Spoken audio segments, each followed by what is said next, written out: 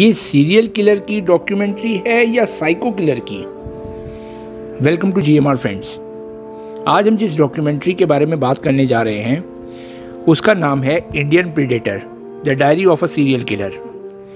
ये डॉक्यूमेंट्री कल ही Netflix OTT platform पे रिलीज़ हुई है।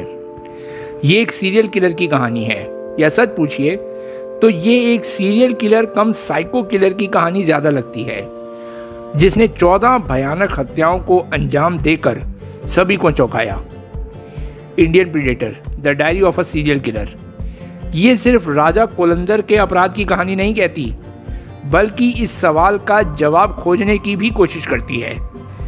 राम निरंजन कौल, ये नाम सुनकर शायद किसी को कुछ भी याद ना आए, लेकिन जब आप इस आदमी के दूसरे नाम राजा कोलंदर का जिक्र करेंगे तो बहुत सारे लोगों को बहुत कुछ याद आएगा, खासकर उत्तर प्रदेश के इलाहाबाद में, और उन लोगों को तो और भी ज़्यादा याद होगा जो साल 2000 के आसपास पूरे होशदार थे, पूरी तरह से मैच्योर हो गए थे। शहर से एक पत्रकार गायब हुआ था। पुलिस ने तलाश शुरू की और खोजते ढूंढते पता चला कि पत्रकार की हत्या हो गई है। किसने बताया? जी हाँ, उसी ने जिसने हत्या की थी, राजा कोलंदर ने। पुलिस ने जब उसके बताए ठिकाने से लाश बरामद की तो एक धड़ मिला जिसका सर और लिंग कटा हुआ था।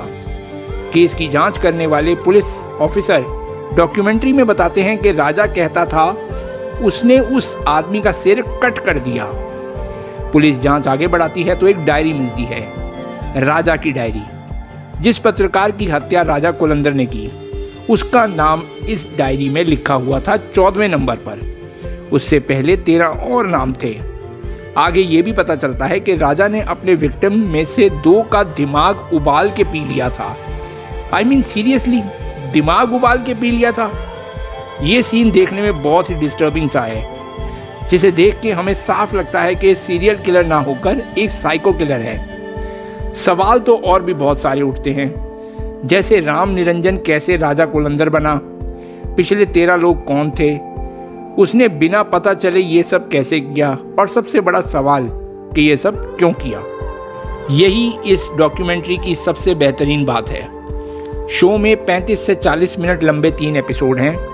शुरुआत पत्रकार के केस से होती है और उसकी पिछली हत्याओं के बारे में डिटेल सामने आती हैं, लेकिन उसके अपराध की कहानी के साथ साथ एक साइकोलॉजिस्ट और एक एंथ्रोपोलॉजिस्ट राजा कोलंदर के सामाजिक समीकरण और सोच की परतों को भी उधेड़ते चलते हैं। इस डॉक्यूमेंट्री का सबसे बड़ा रोंगटे खड़े करने वाला मोमेंट तब आता है जब राजा कोलंदर खुद कैमरे के सामने आता है।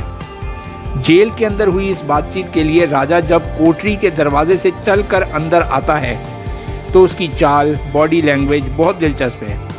उसका अपीयरेंस, आंखें, बात करने का अंदाज और पूरी भाव भंगिमा में कुछ ऐसा है कि जब भी वो स्क्रीन पर आता है आप पूरे ध्यान से उसे सुनना चाहेंगे। ऑलमोस्ट एक सम्मोहित कर देने वाली फील उसकी पूरी पर्सनैलिटी में है। शो देखने से पहले एक ज़रूरी वार्निंग ये है कि जिसका दिल कमज़ोर हो, स्क्रीन पर खून खराबा और विभत्सा देखकर उबकाई आती है तो इसे अपने रिस्क पे ही आप देखिएगा, वरना तो कुल मिलाकर Indian predator the diary of a serial killer Netflix पर सबसे बेहतरीन इंडियन डॉक्यूमेंट्रीज में गिनने लायक है। बस एक शिकायत है कि इस पे मेकर्स ने जो आर्टिफिशियल कलर्स डाले हैं उनकी जगह अगर रियलिटी की डायरी या कुछ उससे ही सिमिलर दिखाते तो इस डॉक्यूमेंट्री में 4 चांद लग जाते। Well, that's all for this video. मिलते हैं आप लोगों से अपनी नेक्स्ट वीडियो में। Till then, good bye, thank you.